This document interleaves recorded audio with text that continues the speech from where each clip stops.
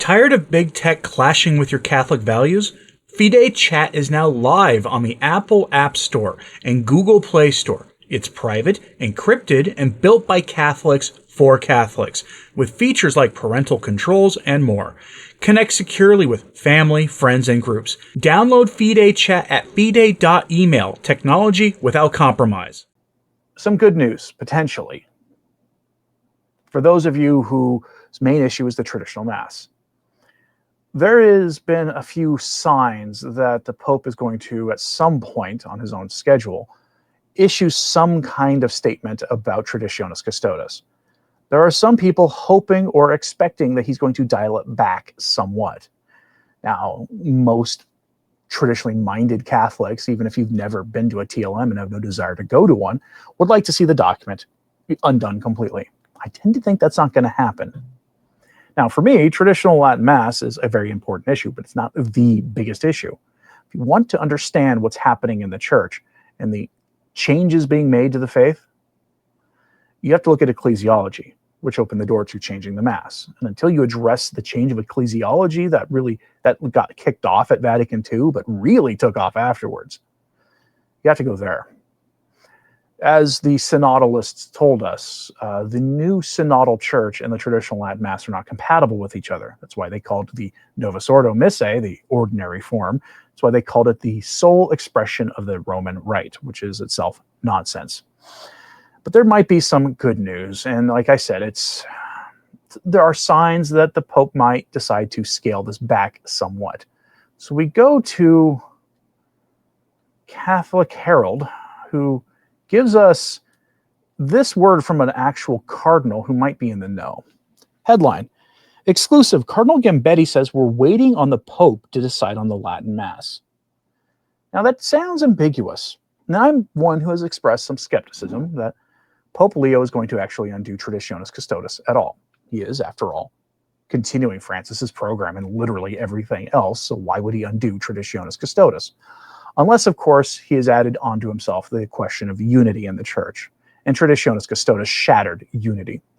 But I think actually unity was shattered already before Traditionis Custodes. It just made it worse. Unity was shattered with Amor Laetitia. Unity was shattered when people started noticing the UN having conferences at the Vatican for pretty weird stuff. Unity was shattered every time Pope Francis gave interviews to Eugenio Scalfari, the militantly atheist journalist. Gave 21 or something like that of those interviews to him before Mr. Scalfari passed away, where Francis said heinously weird stuff, heretical stuff. That's when unity in the church was shattered. It was just made more obvious, the Traditionis Custodes. But for my money, doctrine is the most important thing. You have to fix doctrine, because the traditional Latin Mass, while it's a wonderful thing, an important, very important issue, if the doctrine doesn't match the liturgy, you've got a problem. Now let's go see what Cardinal Gambetti has to say on this. This is, again, potentially some good news. The Catholic Herald has secured an exclusive response from Cardinal Gambetti on the future of the traditional Latin Mass. The young curial cardinal, regarded by many as a handpicked protege of Pope Francis, so he's a Bergoglian, to put it nicely, offered a brief but telling reply. The Catholic Herald asked the cardinal whether we could inquire about the traditional Latin Mass and its future status. He responded, "Better not answer that. I have been told that we will wait for the Holy Father to decide." The remark is notable for its clarity in signaling that the College of Cardinals is awaiting direction from the Pope himself. While other cardinals have in recent months expressed personal views on the future of the liturgy, Cardinal Gambetti stressed the need to leave the question in the hands of the Holy Father.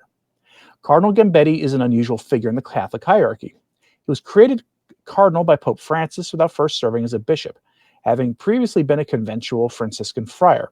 His elevation was widely seen as a personal decision by the Pope, who entrusted him with significant curial responsibilities, despite his relative youth as the third youngest cardinal in the college. Members of the conventual Franciscan community described Cardinal Gambetti as an obedient man of authority.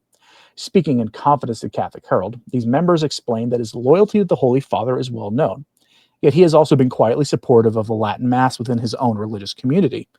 They also pointed out that during his time overseeing the Basilica of St. Francis in Assisi, he both encouraged and permitted celebrations of the Latin Mass. Cardinal Gambetti's reputation in the Vatican is of one who avoids overt political maneuvering. He is known for keeping a distance from the more contentious debates within the church, preferring pastoral concerns. Nevertheless, those close to him say he is not afraid to engage when necessary. The comments raised by the cardinal suggest that even among the most loyal supporters of Pope Francis, the future of the traditional liturgy is seen not as a matter of personal preference, but as one awaiting the Pope's decision. Despite varying views, all ultimately look to the Holy Father to provide clarity. For now, the fate of the Latin Mass remains in the balance. The only certainty is that the Church awaits a definitive judgment from the Pope himself. End lengthy quote. So that can be taken as a positive if you want to. Now, I will piggyback this on the back of another Latin Mass story that you may have heard of, at least some of. And that is, well, this one here. This is from the New Liturgical Movement. Again, I'm certain you've heard at least superficially you've heard about this. The headline is Cardinal Burke to celebrate Mass in St. Peter's Basilica for the Summorum Pontificum pilgrimage. Now, there's an annual pilgrimage for Summorum Pontificum, or at least a periodic one. It happens every October. Interestingly enough, there will be a cardinal who will serve as essentially the deacon of the Mass, who will be assisting Cardinal Burke in the celebration or the offering of that Mass. There is no concelebration of the traditional Latin Mass. Concelebration of a Mass is definitely a Vatican II novelty. It was an unheard of idea before Vatican II, but Cardinal Zuppi will be serving as the deacon to assist the priest in the Mass. In this case, the priest offering the Mass will be Cardinal Burke at St. Peter's Basilica. Good news, any way you cut it. Cardinal Zuppi, though, is a Bergoglian who's noted for having good taste in the liturgy and good taste in the breviary. He prays a pre-Vatican II breviary and is generally thought to be affable and friendly to tradition in some small ways, including around the liturgy. But he's a full-throated Bergoglian on every other issue.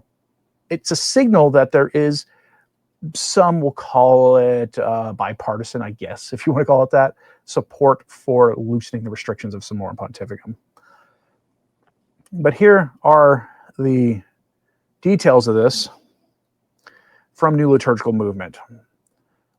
We are very glad to share the news that His Eminence Raymond Cardinal Burke will celebrate a solemn pontifical Mass in St. Peter's Basilica on October 25th as part of this year's Populus Summorum Pontificum pilgrimage to Rome. This Mass was the highlight of the annual pilgrimage event for several years, but was then forbidden for the last two. In addition, His Eminence Matteo Cardinal Zuppi, Archbishop of Bologna and President of the Italian Bishops' Conference, will once again celebrate a pontifical Vespers for the pilgrimage, this year in the ancient Basilica of San Lorenzo in Lacenza. Let us be thankful to God that He has inspired such paternal charity in our Holy Father Leo, and pray that He may inspire him to restore the wise provisions of Pope Benedict XVI's Motu Proprio Summorum Pontificum, from which the pilgrimage takes its name. End quote. I actually don't want to see Summorum Pontificum reinstated because it lacked teeth. Summorum Pontificum on paper said that any priest who wanted to celebrate the traditional Mass had the right to do so, needed no permission. In reality, that's not how it worked. Bishops refused, in a lot of dioceses, to let their priests do it. So no, I don't want Summorum Pontificum back. I want something with more binding authority attached to it. But first and foremost, I want the doctrines, the doctrinal problems we've been facing for decades, but especially in the last few years, current still going on, to be addressed. Because otherwise, what's the point? Now, I'm curious what you think of this, so let me know in the comments. Do you take Cardinal Gambetti's words as a sign of hope? Are you expecting ambiguity from Leo on the subject? Are you expecting him to uphold Traditionis Custodes? You hoping he just throws the whole thing out, or restores Summorum Pontificum, or somewhere in between? Let me know what you think of this in the comments, please. Hit like and subscribe if you haven't. It does help. Sharing this one on social media helps a lot too. If you see a hype button, by the way, go ahead and hit that. That's a new YouTube feature. It helps promote these videos, as well as hitting like, of course. And as always, pray for the church and pray for anybody we're speaking about here. Not trying to make you mad at them. They usually do that on their own. I'm Anthony Stine. Ave Maria.